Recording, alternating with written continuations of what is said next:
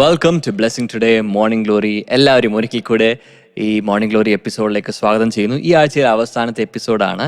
ഈ ദിവസങ്ങളെല്ലാം ബ്രദർ ഡാമി നമ്മളോട് സംസാരിച്ച സന്ദേശം എത്ര പേർക്കൊരു അനുഗ്രഹമായിട്ടുണ്ട്. ഈ സമയത്ത് ലൈവ് ചാറ്റിൽ നിങ്ങൾക്ക് മെൻഷൻ ചെയ്യാം, അല്ലെങ്കിൽ ഇതിന് ശേഷം കമൻറ്റ് ബോക്സിൽ നിങ്ങൾക്ക് കമൻറ്റ് ചെയ്യാം. ഈ ദിവസങ്ങൾ കർത്താവ് നിങ്ങളുടെ ലൈഫിൽ ചെയ്യുന്ന അത്ഭുതങ്ങൾ, ടെസ്റ്റിമണീസ് എല്ലാം ഉണ്ടെങ്കിൽ നിങ്ങൾക്ക് കമൻറ്റ് ബോക്സിൽ ചെയ്യാം.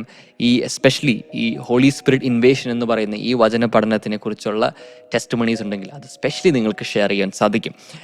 അമേൻ. നമുക്ക് ഒരുമിച്ച് ഇന്നത്തെ എപ്പിസോഡിൻ്റെ ചില സ്പോൺസേഴ്സ് ഉണ്ട്. നമുക്കൊരു പ്രൈം സ്പോൺസറാണ് ഇന്നുള്ളത്. നമുക്ക് ഒരുമിച്ച് പ്രാർത്ഥിക്കാം.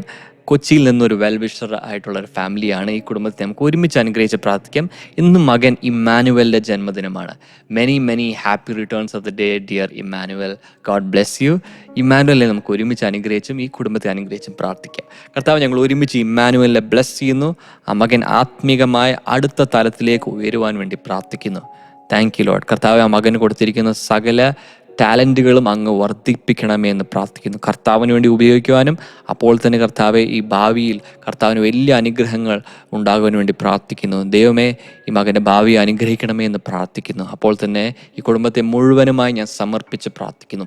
പിതാവിൻ്റെയും പുത്രൻ്റെയും പരിശുദ്ധാത്മാവിൻ്റെ നാമത്തിൽ ഈ കുടുംബത്തിൽ സകല അനുഗ്രഹങ്ങളും ദൈവവേലയെ സപ്പോർട്ട് ചെയ്തുകൊണ്ട് ഉണ്ടായിരിക്കട്ടെ എന്ന് പ്രാർത്ഥിക്കുന്നു. അപ്പോൾ തന്നെ ഇന്നൊരു കീ സ്പോൺസർ ഉള്ളത് മുംബൈയിൽ നിന്ന് റെനി രംഗരാജൻ എന്ന് പറയുന്ന സിസ്റ്ററാണ്. ഇന്ന് സിസ്റ്ററിൻ്റെ ജന്മദിനമാണ്. Many happy returns of the day sister Reni. കർത്താവ് അനുഗ്രഹിക്കട്ടെ. അപ്പോൾ തന്നെ ജോലിയിൽ പെർമിഷൻ ലഭിച്ചതിൻ്റെ നന്ദി സൂചകമായിട്ടാണ് ഇന്നത്തെ എപ്പിസോഡ് സ്പോൺസർ ചെയ്തിരിക്കുന്നത്. Thank you sister. കർത്താവ് അനുഗ്രഹിക്കട്ടെ. We are so happy to hear that. നമുക്ക് ഒരുമിച്ച് പ്രാർത്ഥിക്കാം. ഞങ്ങൾ ഒരുമിച്ച് സിസ്റ്റർ അനുഗ്രഹിക്കുന്നു.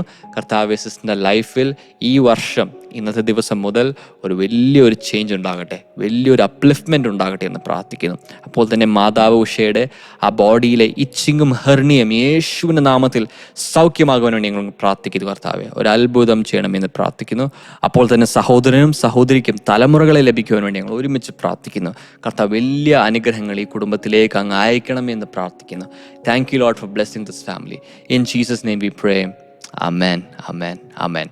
നാളെ നമുക്ക് നമ്മുടെ സൺഡേ സർവീസുകൾ ഉണ്ടായിരിക്കും. രാവിലെ 7:45 നമ്മുടെ ഇംഗ്ലീഷ് സർവീസ്, അപ്പോൾ തന്നെ ഒരു ഹിന്ദി സർവീസ് നമുക്ക് ഉണ്ട്.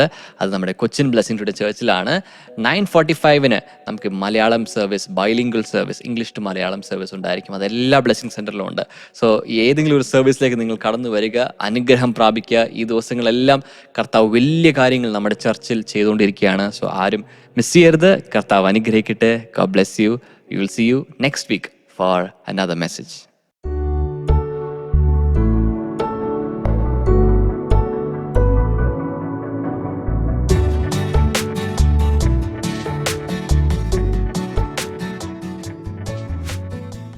Welcome back.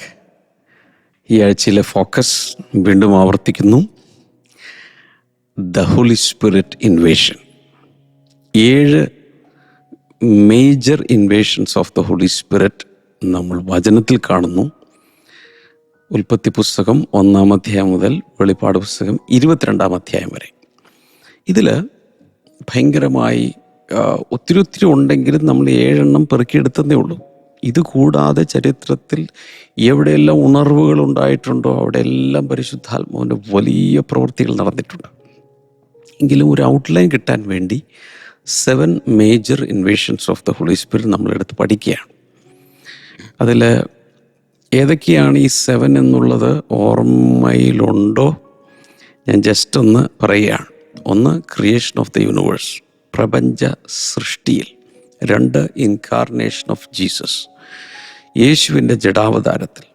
3, baptism of Jesus, യേശുവിൻ്റെ സ്നാനത്തിന് ശേഷം പരിശുദ്ധാത്മ വരുന്നത്. 4, the new birth of A believer, ഒരു വിശ്വാസിയുടെ വീണ്ടും ജനനം. അടുത്തത് പെന്തക്കോസ്റ്റ് ഔട്ട് പോറിങ്, പെന്തക്കോസ്റ്റ് ദിനത്തിൽ ഉണ്ടായ വലിയ ആത്മപകർച്ച. അടുത്തത് ദ ജെൻറ്റൈൽ ഇൻക്ലൂഷൻ, ജാതികളെ ഉൾപ്പെടുത്താൻ വേണ്ടിയുള്ളത്. 7-മത്തെ നമ്മൾ കാണുന്നത് ദി എൻഡ് ടൈം ഇൻവിറ്റേഷനാണ്. അവസാന കാലത്ത് ആത്മാവ്, പരിശുദ്ധാത്മാവിനോട് ചേർന്ന് സഭയും കൂടി ചേർന്ന് പറയുന്നു, വരിക, ജീവജലത്തിൽ നിന്ന് കുടിക്കാൻ വേണ്ടി വരിക.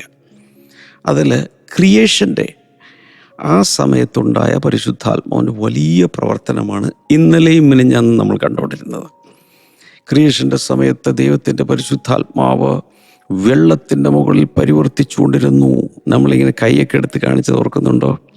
ദൈവത്തിൻ്റെ പരിശുദ്ധാത്മാവ് ആഴത്തിൻ്റെ മുകളിൽ പാഴും ശൂന്യമായ ഭൂമിയിൽ ഇരുളുള്ള സ്ഥലത്ത് പരിശുദ്ധാത്മാവ് ശക്തമായി ഇങ്ങനെ പ്രവർത്തിച്ചുകൊണ്ടിരിക്കുകയാണ്. അതിനുശേഷമാണ് വെളിച്ചമുണ്ടാകുന്നതും ബാക്കി കാര്യങ്ങളൊക്കെ ഉണ്ടാകുന്നത്.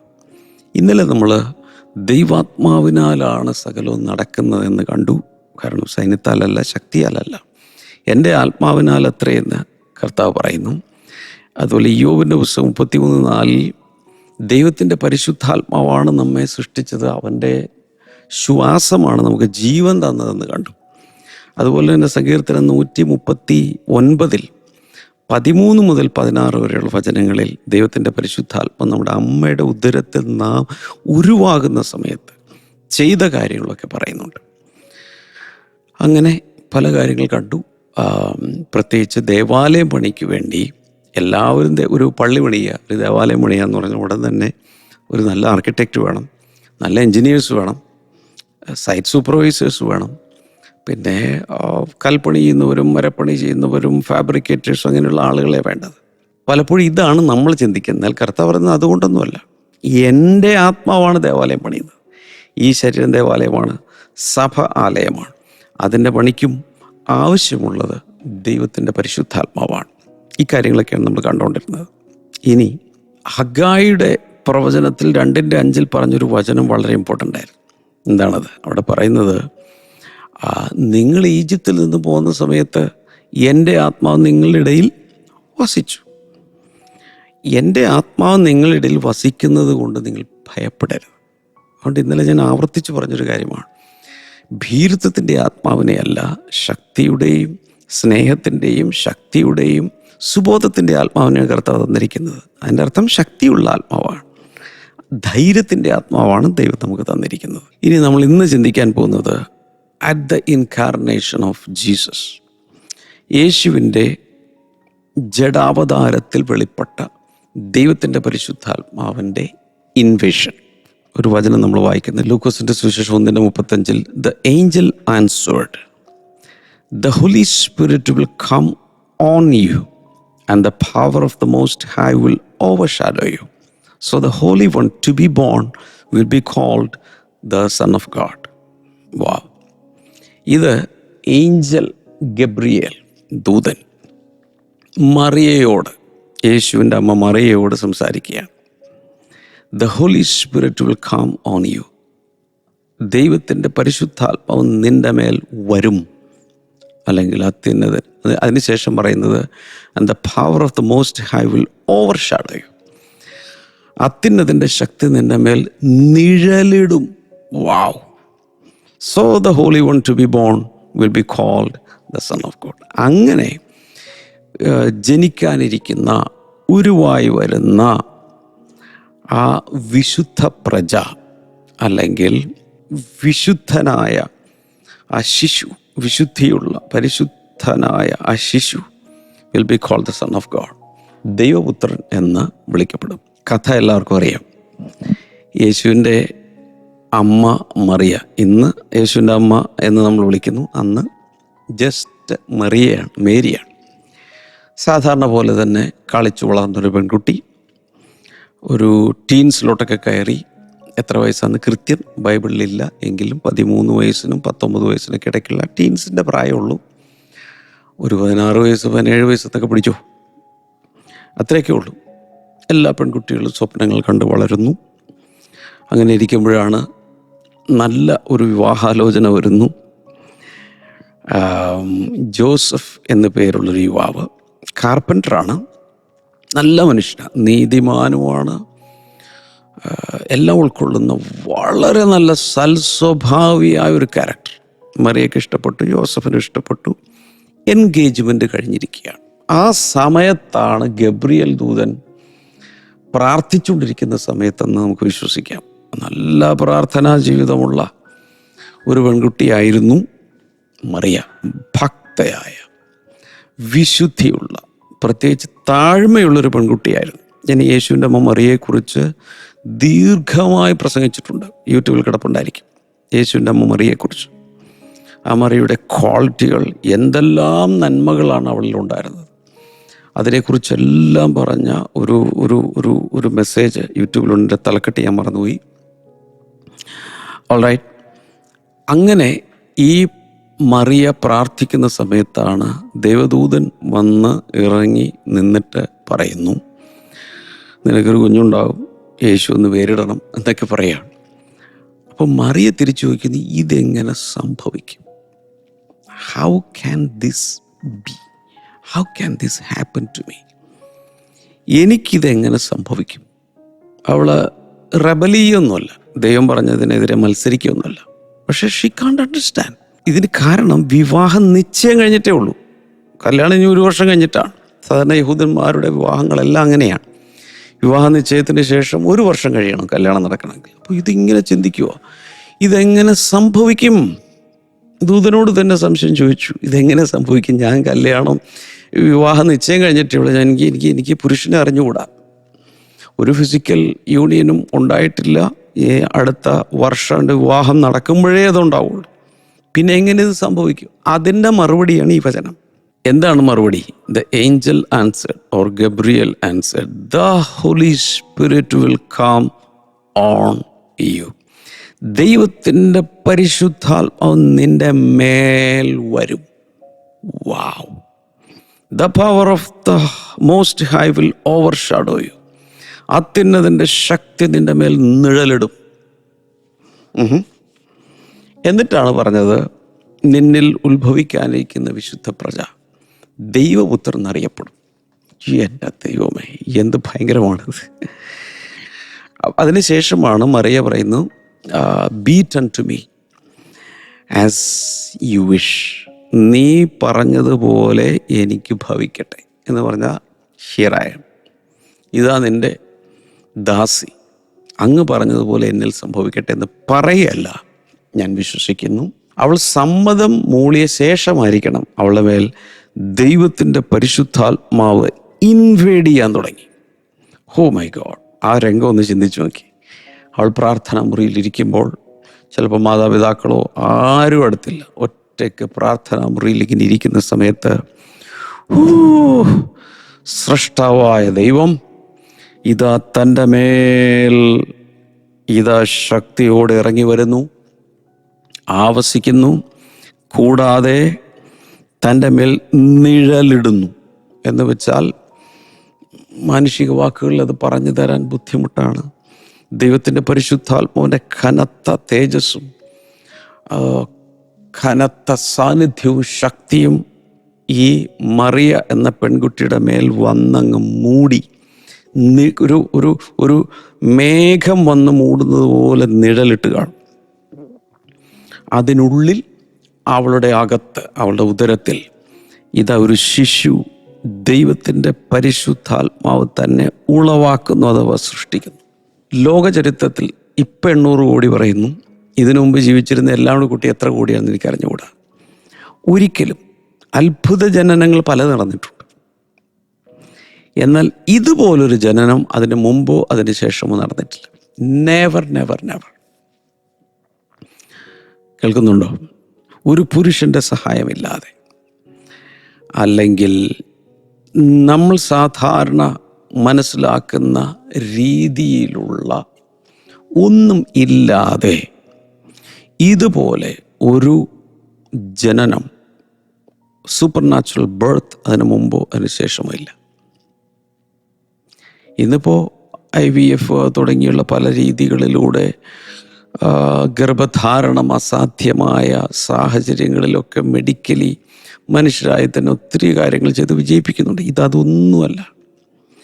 യാതൊരു മെഡിക്കൽ ഇതുമില്ല, പുരുഷ സമ്പർക്കവുമില്ല. ദൈവത്തിൻ്റെ പരിശുദ്ധാത്മാവ് ഒരു പെൺകുട്ടിയുടെ മേൽ വന്ന് കവർ ചെയ്ത് മൂടി നിന്നപ്പോൾ, ഓവർ ഷാഡോ ചെയ്തപ്പോൾ, നിഴലിട്ട് നിന്നപ്പോൾ, സ്രഷ്ടാവായ ദൈവം അവളുടെ അകത്ത് ഒരു ശിശുവിനെ ഉളവാക്കി. അവന് ദൈവപുത്രൻ എന്ന് വിളിക്കപ്പെടും. യേശു എന്ന് പറയുന്നത് തന്നെ ഒത്തിരി പേർക്കൊരു സമസ്യയാണ്. യേശുവിനെ മനസ്സിലാക്കാൻ ഒത്തിരി പേർക്ക് സാധിച്ചില്ല. മനസ്സിലാക്കിയിട്ടുണ്ടെന്ന് പറയുന്നവർക്ക് മനസ്സിലായിട്ടുമില്ല. അതായത് യേശുവിൻ്റെ ജനനം ഒരു സൂപ്പർ നാച്ചുറൽ ബർത്തായിരുന്നു, യുണീക്ക് ബർത്തായിരുന്നു, ഇമ്പോസിബിളായിരുന്നു. ഇമ്പോസിബിളായത് പോസിബിളായത്. ഓക്കെ. അപ്പോൾ നമ്മൾ ചിന്തിക്കുക, എന്നാൽ പിന്നെ വിവാഹത്തിന് മുമ്പ് അങ്ങ് നടത്തിയാൽ വിവാഹ നിശ്ചയത്തിന് മുമ്പ് ചെയ്താൽ പോരായിരുന്നു. ഇല്ല, വിവാഹ നിശ്ചയത്തിന് ശേഷം ചെയ്യാം. കാരണം ആ കുഞ്ഞിന് അച്ഛനില്ലാത്ത കുഞ്ഞെന്നതുപോലെ ആളുകൾ അതിന് ശേഷം വിളിച്ചു കാണുമെങ്കിലും ഒരു കെയർ കൊടുക്കാൻ ഒരു പുരുഷന് ആവശ്യമാണ്. ഈ കുഞ്ഞ് ജനിച്ച ശേഷം, അവിടെ മത്തായിയുടെ സുവിശേഷം 1:25 തോന്നുന്നു വ്യക്തമായി പറയുന്നുണ്ട്, കുഞ്ഞ് ജനിക്കുന്നത് വരെ അവൻ അവളെ പരിഗ്രഹിച്ചില്ല. വിവാഹം നടന്നു, അവരൊരുമിച്ച് വന്നു, പക്ഷെ ഒരിക്കലും ഒരു ശാരീരിക ബന്ധം അവർ തമ്മിലുണ്ടായില്ല. അതിന് മുൻപ് ദൈവമായി അവളുടെ അകത്ത് വചനത്തെ മാംസമാക്കി കൺവെർട്ട് ചെയ്ത ഒരു ക്രിയ അകത്ത് നടന്നു. ഇതാണ് at the incarnation of Jesus നമ്മൾ ഹോളി സ്പിരിറ്റിൻ്റെ ഒരു ഇൻവേഷൻ കാണുന്നത്. ഇതിൽ നിന്നും ഇതൊരു ചരിത്രമാണ്, സംഭവിച്ചു കഴിഞ്ഞു, പക്ഷെ അതുകൊണ്ട് നമുക്ക് എന്താ ഗുണം എന്നൊന്നും ആരും ചിന്തിക്കാതെ ഗുണമുണ്ട്. രക്ഷകനെ കിട്ടി, ലോകത്തിന് നമുക്ക് കിട്ടി. അത് കൂടാതെ നമ്മൾ മനസ്സിലാക്കേണ്ടത്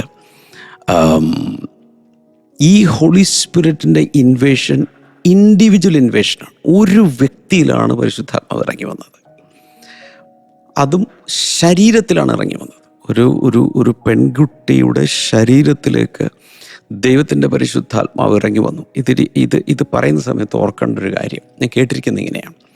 ആ കാലത്ത് ആ നാട്ടിലുള്ള ഇവളുടെ നാട്ടിൽ, ഗലീല നാട്ടിൽ അല്ലെങ്കിൽ ഇവളുടെ യഹൂദ പരിസരത്ത് അല്ലെങ്കിൽ നസറേത്തിൻ്റെയൊക്കെ ആ പരിസരത്ത് നിരവധി സ്ത്രീകൾ, ആ ഭാഗങ്ങളിൽ നിരവധി സ്ത്രീകൾ എന്ന് പറയുന്നില്ല, കന്യകമാർ, പെൺകുട്ടികൾ. കാരണം കന്യക ഗർഭിണിയായ ഒരു പുത്രനെ പ്രസവിക്കുന്ന വചനം കിടപ്പുണ്ട്. രക്ഷകൻ തൻ്റെ ഉദരത്തിൽ ജനിക്കാൻ വേണ്ടി നോമ്പ് നോറ്റ് ഉപവസിച്ച് പ്രാർത്ഥിച്ചിരുന്ന കുഞ്ഞുങ്ങളുണ്ട്, പെൺകുട്ടികളുണ്ടായിരുന്നു എന്നാണ് കേട്ടിരിക്കുന്നത്. ആ കാലത്ത് എൻ്റെ ഉദരത്തിൽ രക്ഷകൻ പിറക്കട്ടെ, എൻ്റെ ഉദരത്തിൽ രക്ഷകൻ പിറക്കട്ടെ എന്ന് പ്രാർത്ഥിച്ചിരുന്നു. കാണണം തീർച്ചയായിട്ടും. മറിയായിട്ട് ഇതൊന്നും പ്രാർത്ഥിച്ചിട്ടുമില്ല, അതിനുള്ളൊരു യോഗ്യത ഉണ്ടെന്ന് ചിന്തിച്ചിട്ടുമില്ല. വളരെ താഴ്മയോടുകൂടെ ജീവിച്ചവളാണ്. ആ താഴ്മയാണ് ദൈവത്തിൻ്റെ ഫേവറിനെ അട്രാക്റ്റ് ചെയ്തത്. എപ്പോഴും ഞാൻ പറയാറില്ലേ, താഴ്മയാണ് ദൈവത്തിൻ്റെ ഫേവറിനെ അട്രാക്റ്റ് ചെയ്യുന്നത്. അങ്ങനെ ദൈവത്തിൻ്റെ ഫേവർ അവൾക്ക് ലഭിച്ചു. അവൾ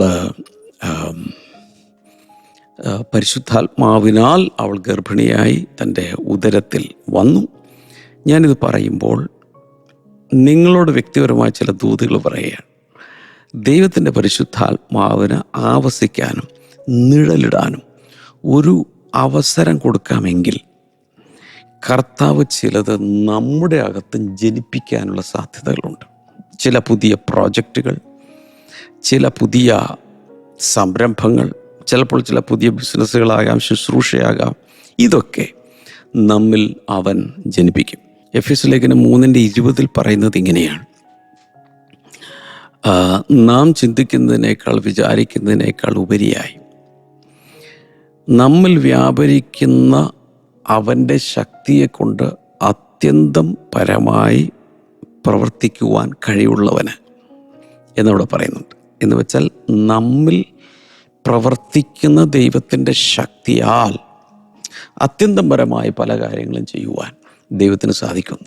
എന്ന് വെച്ചാൽ നമ്മൾ സ്വപ്നം കാണുന്നതിനേക്കാൾക്ക് അപ്പുറത്ത്, കൂട്ടിക്കഴിക്കുന്നതിൻ്റെ അപ്പുറത്ത് ദൈവത്തിന് പ്രവർത്തിക്കാൻ കഴിയും. പക്ഷേ എങ്ങനെയാണത്? ദൈവത്തിൻ്റെ പരിശുദ്ധാത്മാവ് നമ്മിൽ വസിക്കുമ്പോൾ അതിലൂടെയാണ് അത് പ്രവർത്തിക്കാൻ കഴിയുന്നത്. അപ്പോൾ ഞാൻ പറഞ്ഞു വരുന്നത് ഇത്രയേ ഉള്ളൂ. അങ്ങയുടെ ഇഷ്ടം എന്നിൽ നിറവേറട്ടെ. എല്ലാവരും ഇങ്ങനെ ഒന്ന് കൈപിടിച്ച്, ദൈവമേ അങ്ങയുടെ ഇഷ്ടം എന്നിൽ നിറവേറട്ടെ. പ്രാർത്ഥിച്ചേ, ഉറക്കെ പ്രാർത്ഥിച്ചു. ദൈവമേ അങ്ങയുടെ ഇഷ്ടം എന്നിൽ നിറവേറട്ടെ. വീണ്ടും പ്രാർത്ഥിക്കാം, ദൈവമേ അങ്ങയുടെ ഇഷ്ടം എന്നിൽ നിറവേറട്ടെ. ലൈവ് ചാറ്റിൽ ടൈപ്പ് ചെയ്തിടുക, കമൻറ്റ് സെക്ഷനിൽ ടൈപ്പ് ചെയ്തിടുക, ദൈവമേ അങ്ങയുടെ ഇഷ്ടം മാത്രം എന്നിൽ നിറവേറട്ടെ, അങ്ങയുടെ ഇഷ്ടം എന്നിൽ നിറവേറട്ടെ. ഇത് പറയുമ്പോഴാണ് ദൈവത്തിൻ്റെ പരിശുദ്ധാത്മാവിൻ്റെ ഇൻവേഷൻ വ്യക്തിപരമായ ജീവിതത്തിൽ ഉണ്ടാകുന്നത്. അവൻ്റെ ഇഷ്ടം നമ്മിലൂടെ പുറത്തു വരും. നമ്മളെപ്പോഴും ആഗ്രഹിക്കുന്നത് നമ്മുടെ ഇഷ്ടം ദൈവത്തിലൂടെ പുറത്തു വരാനാണ്.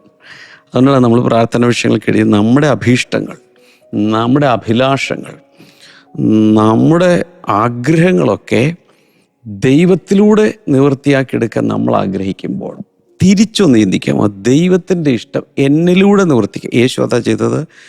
യേശുവിൻ്റെ അമ്മ മറിയ അതാണ് ചെയ്തത്. നമ്മിലൂടെ അത് നിവൃത്തിയാകേണ്ടതിന് ഒന്ന് താഴ്മപ്പെടുത്തി കൊടുക്കാമെങ്കിൽ ദൈവത്തിൻ്റെ പരിശുദ്ധാത്മാവ് ഇതുവരെ ഇല്ലാത്ത ചിലത് നമ്മിൽ ജനിപ്പിക്കും. ഞാനിങ്ങനെ വിശ്വസിക്കുകയാണ്. ഇന്ന് ദൈവത്തിൻ്റെ പരിശുദ്ധാത്മാവ് പറയുന്ന ഈ ദൂതുകൾ ഏറ്റെടുക്കുകയും പരിശുദ്ധാത്മാവ് നമ്മുടെ മേൽ വന്ന് ആവസിക്കുവാനായി അവസരം കൊടുക്കുകയും ചെയ്താൽ, ഞാൻ വിശ്വസിക്കുന്നത് ചിലരെ കൺസീവ് ചെയ്യാൻ പോവുക. ദൈവത്തിൽ നിന്ന് ചിലതൊക്കെ കൺസീവ് ചെയ്യും. ദൈവത്തിൽ നിന്ന് ചിലതൊക്കെ അകത്ത് സ്വീകരിക്കും, അകത്ത് ഉൽപ്പാദിതമാകും. ദൈവത്തിൽ നിന്നുള്ള പദ്ധതികൾ, ദൈവത്തിൽ നിന്നുള്ള ശുശ്രൂഷ, ഇങ്ങനെയുള്ള പലതും അകത്ത് ഉൽപ്പാദിതമായി പുറത്തു വരും. ഇപ്പം ഇവിടെ മറിയിൽ കാണുന്നത് ഒരു മനുഷ്യ ശരീരത്തിൻ്റെ മേൽ ദൈവത്തിൻ്റെ പരിശുദ്ധാത്മാവിൻ്റെ ഇൻവേഷനാണ്. അതിലൂടെ ഉണ്ടായത് എന്താണ്? അതിലൂടെ ഉണ്ടായത് the spirit entered human flesh, forming God man. ദൈവ മനുഷ്യനായി ഒരു വ്യക്തിത്വത്തെയാണ് ഉളവാക്കിയത്. Jesus Christ. യേശു മനുഷ്യത്വമാണ്, ക്രൈസ്റ്റ് ദൈവത്വമാണ്. അപ്പോൾ മറിയുടെ ഉദരത്തിൽ ഒരു ഹൈബ്രിഡ് ബീയിങ് ആണ് വന്നിരിക്കുന്നത്. ഒരേ സമയം ദൈവവും ഒരേ സമയം മനുഷ്യനുമായി തീർന്ന, മനുഷ്യനുമായ ഒരു വ്യക്തിത്വം തൻ്റെ അകത്ത് വന്നിരിക്കുകയാണ്. നിസ്സാര സംഭവമാണ്. മനുഷ്യ ചരിത്രത്തിൽ ഇങ്ങനെ ഒരു സംഭവം വേറെ ഉണ്ടായിട്ടില്ല. അങ്ങനെയാണ് നമുക്ക് രക്ഷകനെ ലഭിച്ചത്. പക്ഷെ നമുക്ക് രക്ഷകനെ ലഭിച്ചത് ദൈവത്തിൻ്റെ പരിശുദ്ധാത്മാവ് ഒരു വ്യക്തിയിൽ വന്നു പ്രവേശിച്ചപ്പോഴാണെങ്കിൽ, ഇതുപോലെ തന്നെ ദൈവത്തിൻ്റെ പരിശുദ്ധാത്മ നമ്മിൽ പ്രവേശിക്കുമ്പോൾ നമ്മിലൂടെ യേശുവിനെ അനേകർക്ക് കിട്ടുവാൻ ഇടയാകും. അതിന് തയ്യാറാണോ? Anybody interested? ഇങ്ങനെ ദൈവത്തിൻ്റെ പരിശുദ്ധാത്മാവ് നമ്മിൽ വരുമ്പോൾ ഉളവാകുന്നൊരു സ്പെഷ്യൽ ചൈൽഡാണ് യേശു. സ്പെഷ്യൽ ചൈൽഡായിരുന്നു. യേശുവിനെ പോലെ വേറൊരു ചൈൽഡ് ഉണ്ടായിട്ടില്ല. സ്പെഷ്യൽ ചൈൽഡാണ്. അതുപോലെ ഒരു സ്പെഷ്യൽ പ്രോഡക്റ്റ് അല്ലെങ്കിൽ സ്പെഷ്യൽ കോൺസെപ്റ്റ്, സ്പെഷ്യൽ പ്രോജക്റ്റ് ഒക്കെ പുറത്തേക്ക് വരും. ആർക്കും ഭാഗ്യം ലഭിച്ചിട്ടില്ലാത്തതൊക്കെ പുറത്തു വരും. അപ്പോൾ ഈ ഒരു കാര്യത്തിൽ ഇന്ന് നമ്മുടെ തീരുമാനം എന്താണ്? എത്ര പേർക്ക് താല്പര്യമുണ്ട്? പരിശുദ്ധാത്മാവ് എൻ്റെ മേൽ നിഴലിടുകയും ദൈവത്തിന് ഇഷ്ടമുള്ള ചിലത് പുറത്തു കൊണ്ടുവരാൻ ഞാൻ തയ്യാറാണെന്ന് പറയുന്ന എത്ര പേരുണ്ട്? അതിനിടയിൽ ഞാനെന്ന് പറഞ്ഞോട്ടെ, യേശു സ്പെഷ്യൽ ചൈൽഡാണെന്ന് പറഞ്ഞപ്പോൾ എനിക്ക് തോന്നുന്നു ടാംപ ഫ്ലോറിഡയിൽ ശുശ്രൂഷിക്കുമ്പോഴാണെന്ന് തോന്നുന്നു. സ്പെഷ്യൽ അതിനൊരു കാരണമുണ്ട്. കഴിഞ്ഞ കുറേയധികം ആഴ്ചകൾക്ക് മുമ്പ് ദുബായ് എയർപോർട്ടിൽ ഞാൻ ഇറങ്ങി. അപ്പോൾ ദുബായ് എയർപോർട്ടിൽ ഫ്ലൈറ്റ് ഇറങ്ങിയിട്ട് സാധാരണ ചിലത് എയറോ ബ്രിഡ്ജ് ഒന്ന് കണക്ട് ചെയ്തിട്ട് അതിലൂടെയാണ് പുറത്തേക്ക് ഇറങ്ങുന്നത്. എന്നാൽ ആ പ്രാവശ്യം ബസ്സിലാണ് ഞങ്ങളെ ഗേറ്റിലേക്ക് കൊണ്ടുപോയത്. എയർക്രാഫ്റ്റിൽ നിന്ന് ഇറങ്ങി ബസ്സിൽ പോവുകയാണ്. അങ്ങനെ പോകുന്ന സമയത്ത്, ബസ്സിൽ യാത്ര ചെയ്യുന്ന സമയത്ത് എൻ്റെ ഉള്ളിൽ പരിശുദ്ധാത്മാവ് ശക്തമായി സംസാരിച്ചു. എന്നിട്ട് പറഞ്ഞു, if you have A special child, you are A special parent and you have A special grace. ഞാൻ എൻ്റെ ഉള്ളിൽ പരിശുദ്ധാത്മാവിൽ നിന്ന് കേട്ടതാണ്. അതായത് സ്പെഷ്യൽ ചിൽഡ്രനുള്ള ചില ആളുകളുണ്ട് എന്ന് പറഞ്ഞാൽ, ഇവിടെ ഞാൻ ഉദ്ദേശിച്ചത്, ഇപ്പോൾ യേശു സ്പെഷ്യൽ ചൈൽഡ് എന്ന് ഉദ്ദേശിച്ചത് യേശു ദൈവപുത്രനാണ്. എന്നാൽ അല്ലാതെ ചില ആളുകൾക്ക് ജനിക്കുന്ന കുഞ്ഞുങ്ങൾക്ക് അംഗവൈകല്യങ്ങൾ കാണാം. ചിലപ്പോൾ അല്പം മെൻ്റലി റിട്ടാർഡഡ് ആയിരിക്കാം, അല്ലെങ്കിൽ ഡിസ്ലെക്സിയ കാണും, വളർച്ചയിൽ കുറവ് കാണും. ഇങ്ങനെ പല വൈകല്യങ്ങളോടൊക്കെ ജനിക്കുന്ന കുഞ്ഞുങ്ങളുണ്ട്. അങ്ങനെ വരുമ്പോൾ മാതാപിതാക്കൾ ഭയങ്കരമായി വേദനിക്കും. അവരൊത്തിരി ഇവരുടെ കാര്യത്തിൽ കൺസേൺഡ് ആകുകയും ഹുക്ഡാകുകയും ജീവിതം മുഴുവൻ അവരെ ചുറ്റിപ്പറ്റി ഇങ്ങനെ പോകും. അപ്പോൾ പരിശുദ്ധാത്മാവിൻ്റെ ഉള്ളിൽ പറയാം, അങ്ങനെ ഒരു കുഞ്ഞിനെ ആർക്കെങ്കിലും ലഭിച്ചാൽ അതിൻ്റെ അർത്ഥം ആ പാരൻ്റ്, കുട്ടി സ്പെഷ്യൽ ചൈൽഡാണ്. അപ്പോൾ തന്നെ ആ കുട്ടിയുടെ പാരൻസ് സ്പെഷ്യൽ പാരൻസാണ്. മാത്രമല്ല അവർക്ക് സ്പെഷ്യൽ ഗ്രേസ് ഉണ്ട്. എന്തിന് ഈ കുഞ്ഞിനെ വളർത്തി എവിടെ വരെ എത്തിക്കണോ, എങ്ങനെ കൊണ്ടുപോകണം, അതിനുള്ള ഗ്രേസ് ഓൾറെഡി കർത്താവ് പകർന്നിട്ടുണ്ട്. കേൾക്കുന്നുണ്ടോ? അപ്പോൾ ഞാൻ പറഞ്ഞു വരുന്നത്, ഇത് കേൾക്കുന്ന നിങ്ങൾക്ക് ആർക്കെങ്കിലും നിങ്ങളുടെ മക്കൾ ചിലർ സ്പെഷ്യലാണ്. സ്പെഷ്യൽ എന്ന് ഉദ്ദേശിച്ചത് പല രീതിയിലാണ്. ഒന്നിതാണ്, കുഞ്ഞിന് വയ്യ, കുഞ്ഞ് മെൻ്റലി റിട്ടാർഡഡ് ആണ്, അല്ലെങ്കിൽ ഓട്ടിസം ഉണ്ട്, അല്ലെങ്കിൽ നടക്കുന്നില്ല, അല്ലെങ്കിൽ പ്രായമായിട്ടും അതിനനുസരിച്ചുള്ള വളർച്ചയില്ല, എല്ലാത്തിനും സഹായം ആവശ്യം, ഇങ്ങനെയൊക്കെയുള്ള കേസാണെങ്കിൽ നിങ്ങളെ കർത്താവ് കണ്ടിരിക്കുന്ന ഒരു സ്പെഷ്യൽ പാരൻ്റായിട്ടാണ്. വേറെ ആർക്കും കൊടുക്കാതെ നിങ്ങളുടെ കയ്യിൽ തന്ന് നിങ്ങളത് കൃത്യമായിട്ട് ഈ കുഞ്ഞിനെ നോക്കും, ശരിയാക്കും എന്ന് വിശ്വസിച്ചുകൊണ്ടാണ്. ഇതിൻ്റെ പേരാണ് ഡിവൈൻ ട്രസ്റ്റ്. പക്ഷെ ഞാൻ ആദ്യം പറഞ്ഞ് മറക്കരുത്, if you have A special child you are A special parent. മാത്രമല്ല യു ഹാവ് സ്പെഷ്യൽ ഗ്രേസ്. ഞാൻ പ്രാർത്ഥിക്കാൻ പോകും. കൈനീട്ടെ. കർത്താവേ, അങ്ങനെയുള്ളവർക്ക് വേണ്ടി എല്ലാം ഞാൻ പ്രാർത്ഥിക്കുന്നു. യേശുവിൻ്റെ അമ്മ മറിയുടെ കയ്യിൽ കിട്ടിയ സ്പെഷ്യൽ ചൈൽഡിനെയാണ്. സാധാരണ കുഞ്ഞല്ലായിരുന്നു, ദൈവപുത്രനെയാണ് കിട്ടിയത്. അവളുടെ അകത്തൂടെ വാള് കടന്നുപോയി. അവൾ ഹൃദയത്തിലെല്ലാം സംഗ്രഹിച്ചു വെച്ചു.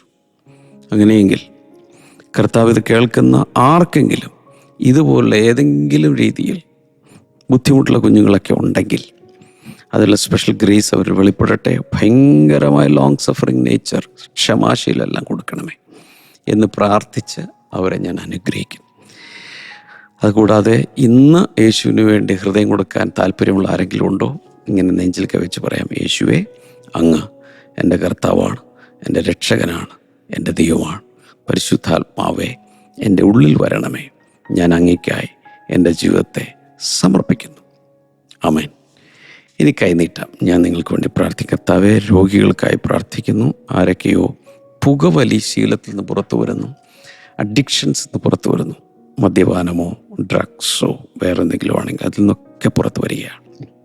അതിൽ തലമുടി വട്ടത്തിലൊക്കെ ഇങ്ങനെ പൊഴിഞ്ഞു പോകുന്ന, ഭയങ്കരമായിട്ട് ഇങ്ങനെ ഹോളുകൾ പോലെ വരുന്ന, അവർക്കെല്ലാം വിടുതൽ കൊടുത്ത് ഒരു വലിയ സൗഖ്യം കൊടുത്ത് അനുഗ്രഹിക്കണമെന്ന് ഞാൻ പ്രാർത്ഥിക്കുന്നു. ഈ കുഞ്ഞുങ്ങളില്ലാത്തവർക്ക് വേണ്ടി ഇന്ന് ഞാൻ പ്രാർത്ഥിക്കാൻ അതിനുള്ളൊരു വചനമുള്ള വന്ന് യേശുവിൻ്റെ നാമത്തിൽ കർത്താവെ, കുഞ്ഞുങ്ങളില്ലാത്തവർക്കായി പ്രാർത്ഥിക്കുന്നു. അത്ഭുതകരമായ കുഞ്ഞുങ്ങളെ കൊടുത്ത് അനുഗ്രഹിക്കണം. വിദ്യാഭ്യാസത്തിൽ വളരെ പ്രയാസം അനുഭവിക്കുന്ന ആരൊക്കെ കർത്താവ് കാണുന്നു. യേശുവിൻ്റെ നാമത്തിൽ അവർക്ക് വിദ്യാഭ്യാസ നന്മകളും അനുഗ്രഹങ്ങളും ബ്ലെസ്സിങ്സും ഉണ്ടാകട്ടെ എന്ന് ഞാൻ പ്രാർത്ഥിക്കുന്നു. Thank you Lord. എല്ലാ ദുശീലങ്ങളും മാറിപ്പോട്ടെ. കൈനീട്ടം. കർത്താവെ, ജനങ്ങൾക്ക് ഏതനുഗ്രഹമാണോ അതെല്ലാം കൊടുത്ത് അനുഗ്രഹിക്കും യേശുവിൻ്റെ നാമത്തിൽ. ആമേൻ. God bless you. ഈ ഒരാഴ്ചയിൽ 6 ദിവസത്തെ സന്ദേശമാണ് നിങ്ങൾ കേട്ടത്. അടുത്ത ആഴ്ചയിൽ നമ്മൾ ഈ സന്ദേശം തുടരും. എന്നാൽ ഇത്രയും ഭാഗം വിട്ടുപോയത് ഏതെങ്കിലും ഒരെണ്ണം കാണാൻ വിട്ടുപോയെങ്കിൽ യൂട്യൂബിലൊക്കെ കിടപ്പുണ്ട്, കാണണം. God bless you all. തിങ്കളാഴ്ച വീണ്ടും കാണാം. ബൈ.